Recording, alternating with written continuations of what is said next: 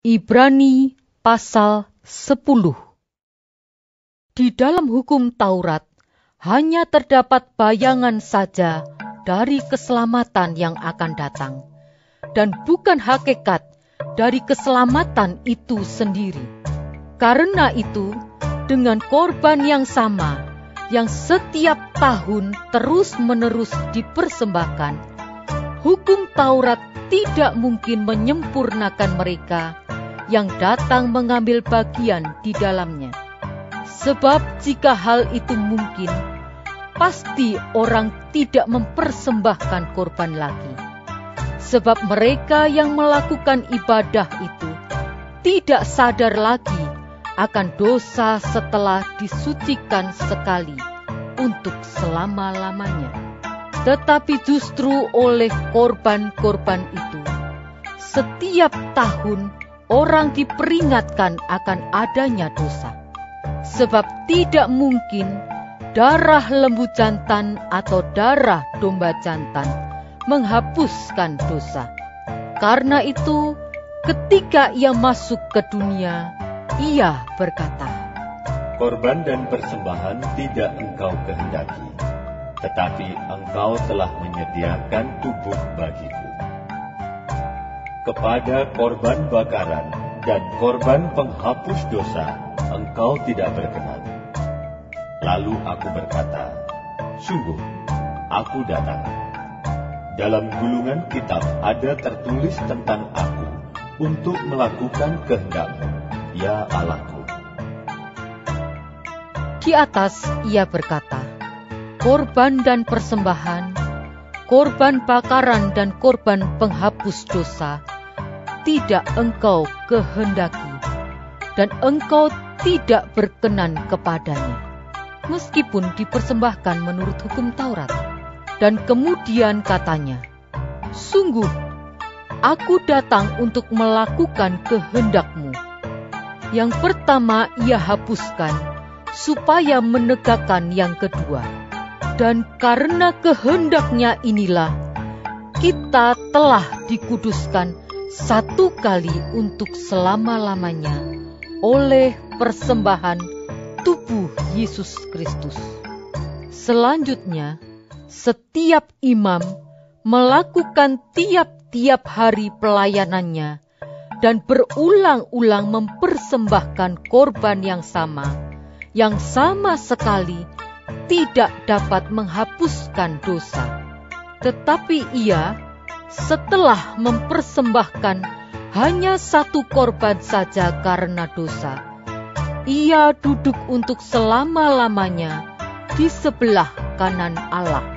Dan sekarang ia hanya menantikan saatnya, di mana musuh-musuhnya akan dijadikan tumpuan kakinya.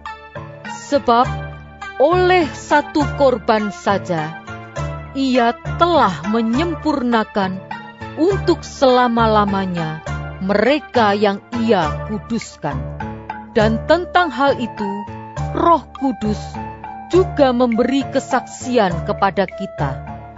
Sebab setelah ia berfirman, "Inilah perjanjian yang akan kuadakan dengan mereka sesudah waktu itu." Ia berfirman pula, "Aku akan menaruh hukum-Ku di dalam hati mereka dan menuliskannya dalam akal budi mereka. Dan aku tidak lagi mengingat dosa-dosa dan kesalahan mereka." Jadi, apabila untuk semuanya itu ada pengampunan, tidak perlu lagi dipersembahkan korban karena dosa. Jadi, saudara-saudara, oleh darah Yesus, kita sekarang penuh keberanian dapat masuk ke dalam tempat kudus. Karena Ia telah membuka jalan yang baru dan yang hidup bagi kita melalui tabir, yaitu dirinya sendiri.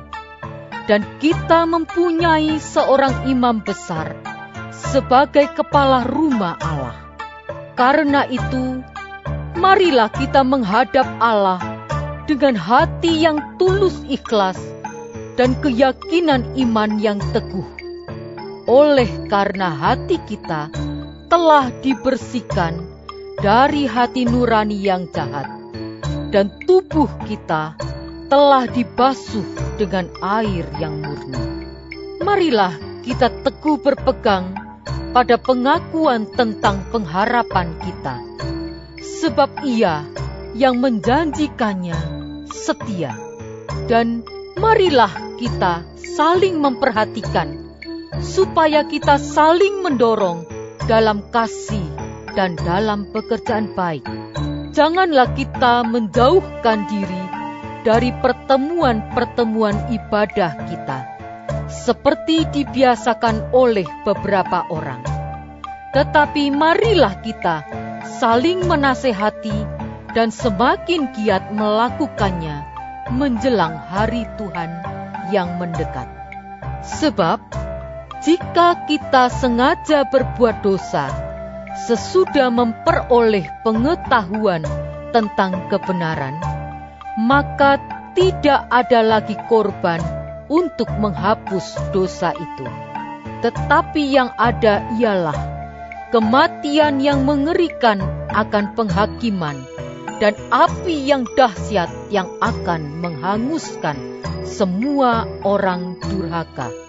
Jika ada orang yang menolak hukum Musa, ia dihukum mati tanpa belas kasihan atas keterangan 2 atau 3 orang saksi. Betapa lebih beratnya hukuman yang harus dijatuhkan atas dia yang menginjak-injak anak Allah, yang menganggap najis darah perjanjian, yang menguduskannya, dan yang menghina roh kasih karunia. Sebab kita mengenal Dia yang berkata, "Pembalasan adalah hakku. Akulah yang akan menuntut pembalasan." Dan lagi, Tuhan akan menghakimi umat-Nya. ngeri benar kalau jatuh ke dalam tangan Allah yang hidup. Ingatlah akan masa yang lalu. Sesudah kamu menerima terang, kamu banyak menderita oleh karena kamu bertahan dalam perjuangan yang berat. Baik waktu kamu dijadikan tontonan oleh cercaan dan penderitaan, maupun waktu kamu mengambil bagian dalam penderitaan mereka yang diperlakukan sedemikian. Memang kamu telah turut mengambil bagian dalam penderitaan orang-orang hukuman. Dan ketika harta kamu dirampas, kamu menerima hal itu dengan sukacita, sebab kamu tahu bahwa kamu memiliki harta yang lebih baik dan yang lebih menetap sifatnya. Sebab itu, janganlah kamu melepaskan kepercayaanmu, karena besar upah yang menantinya. Sebab kamu memerlukan ketekunan, supaya sesudah kamu melakukan kehendak Allah, kamu memperoleh apa yang dijanjikan itu. Sebab sedikit, bahkan sangat sedikit waktu lagi, dan Ia yang akan datang sudah akan ada, tanpa menangguhkan kedatangannya. Tetapi orangku yang benar akan hidup oleh iman, dan apabila ia mengundurkan diri, maka aku tidak berkenan kepadanya. Tetapi kita bukanlah orang-orang yang mengundurkan diri dan binasa, tetapi orang-orang yang percaya dan yang beroleh hidup. Ibrani pasal 11. Iman adalah dasar dari segala sesuatu yang kita harapkan dan bukti dari segala sesuatu yang tidak kita lihat. Sebab oleh imanlah telah diberikan kesaksian kepada nenek moyang kita.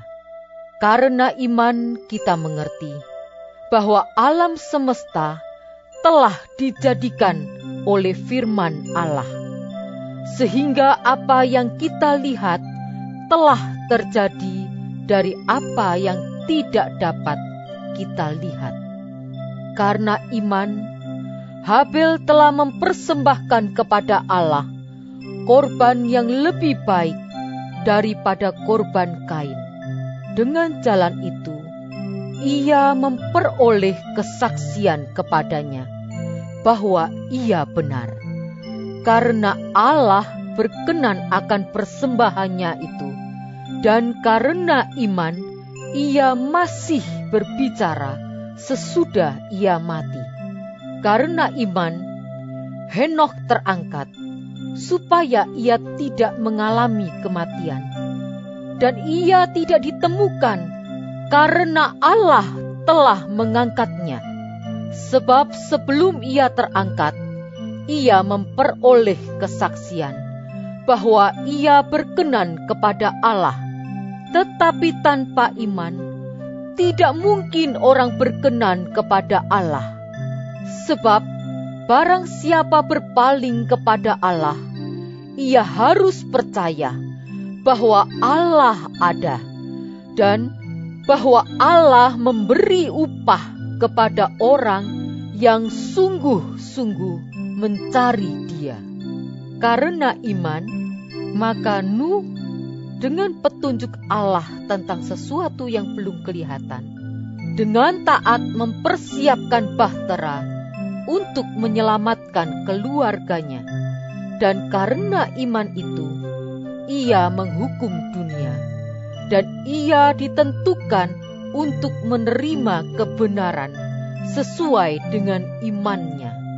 Karena iman, Abraham taat ketika ia dipanggil untuk berangkat ke negeri yang akan diterimanya menjadi milik pusakanya. Lalu ia berangkat dengan tidak mengetahui tempat yang ia tujui. Karena iman, ia diam di tanah yang dijanjikan itu, seolah-olah di suatu tanah asing, dan di situ ia tinggal di kemah dengan Ishak dan Yakub, yang turut menjadi ahli waris janji yang satu itu. Sebab ia menanti-nantikan kota yang mempunyai dasar, yang direncanakan dan dibangun oleh Allah. Karena iman, ia juga dan Sarah beroleh kekuatan untuk menurunkan anak cucu, walaupun usianya sudah lewat, karena ia menganggap Dia yang memberikan janji itu setia. Itulah sebabnya, maka dari satu orang, malahan orang yang telah mati pucuk, terpancar keturunan besar, seperti bintang di langit dan seperti pasir di tepi laut, yang tidak terhitung banyaknya. Dalam iman, mereka semua ini telah mati sebagai orang-orang yang tidak memperoleh apa yang dijanjikan itu, tetapi yang hanya dari jauh melihatnya dan melambai-lambai kepadanya, dan yang mengakui bahwa mereka adalah orang asing dan pendatang di bumi ini. Sebab mereka yang berkata demikian menyatakan bahwa mereka dengan rindu mencari suatu tanah air, dan kalau sekiranya dalam hal itu mereka ingat akan tanah asal yang telah mereka tinggalkan, maka mereka cukup mempunyai kesempatan untuk pulang ke situ. Tetapi sekarang mereka merindukan tanah air yang lebih baik, yaitu satu tanah air surgawi. Sebab itu Allah tidak malu disebut Allah mereka, karena Ia telah mempersiapkan sebuah kota bagi mereka. Karena iman, maka Abraham, tatkala ia dicobai, mempersembahkan Ishak. Ia yang telah menerima janji itu, rela mempersembahkan anaknya yang tunggal, walaupun kepadanya telah dikatakan, keturunan yang berasal dari Ishaklah yang akan disebut keturunan. Karena ia berpikir bahwa Allah berkuasa membangkitkan orang-orang sekalipun dari antara orang mati. Dan dari sana ia seakan-akan telah menerimanya kembali. Karena iman, maka Ishak sambil memandang jauh ke depan, memberikan berkatnya kepada Yakub dan Esau. Karena iman, maka Yakub ketika hampir waktunya akan mati, memberkati kedua anak Yusuf, lalu menyembah sambil bersandar pada kepala tongkatnya. Karena iman, maka Yusuf menjelang matinya memberitakan tentang keluarnya orang-orang Israel dan memberi pesan tentang tulang belulangnya. Karena iman, maka Musa setelah ia lahir disembunyikan selama 3 bulan oleh orang tuanya, karena mereka melihat bahwa anak itu elok rupanya dan mereka tidak takut akan perintah raja. Karena iman, maka Musa setelah dewasa menolak disebut anak putri Firaun, karena ia lebih suka menderita sengsara dengan umat Allah daripada untuk sementara menikmati kesenangan dari dosa. Ia menganggap penghinaan karena Kristus sebagai kekayaan yang lebih besar daripada semua harta Mesir, sebab pandangannya ia arahkan kepada upah.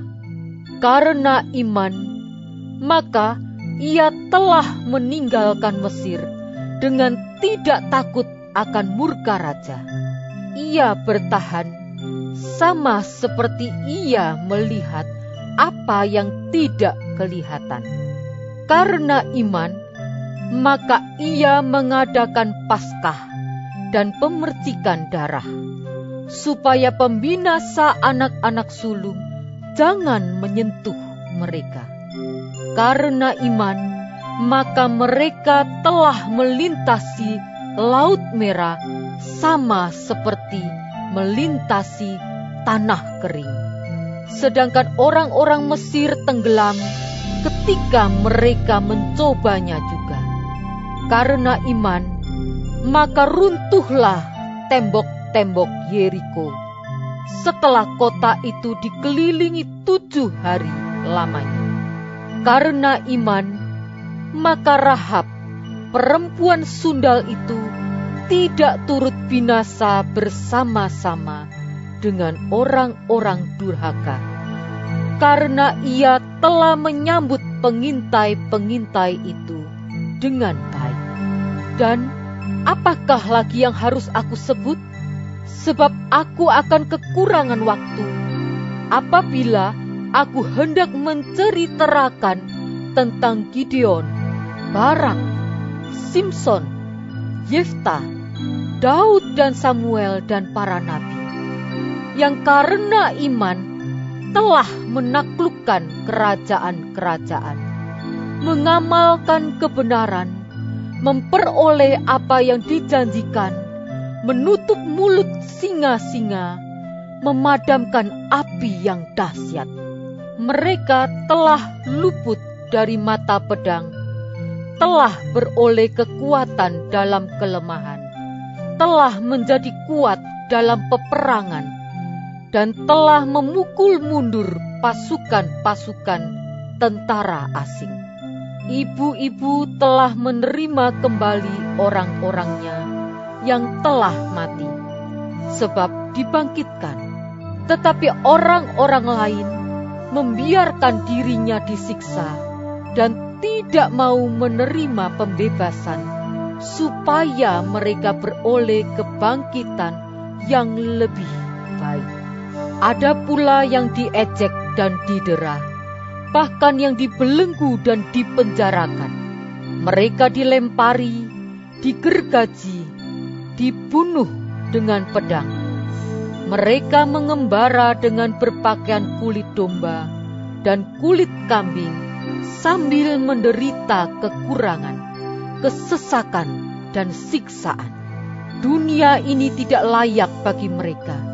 Mereka mengembara di padang gurun dan di pegunungan, dalam gua-gua dan celah-celah gunung. Dan mereka semua tidak memperoleh apa yang dijanjikan itu, sekalipun iman mereka telah memberikan kepada mereka suatu kesaksian yang baik. Sebab Allah telah menyediakan sesuatu yang lebih baik bagi kita. Tanpa kita, mereka tidak dapat sampai kepada kesempurnaan.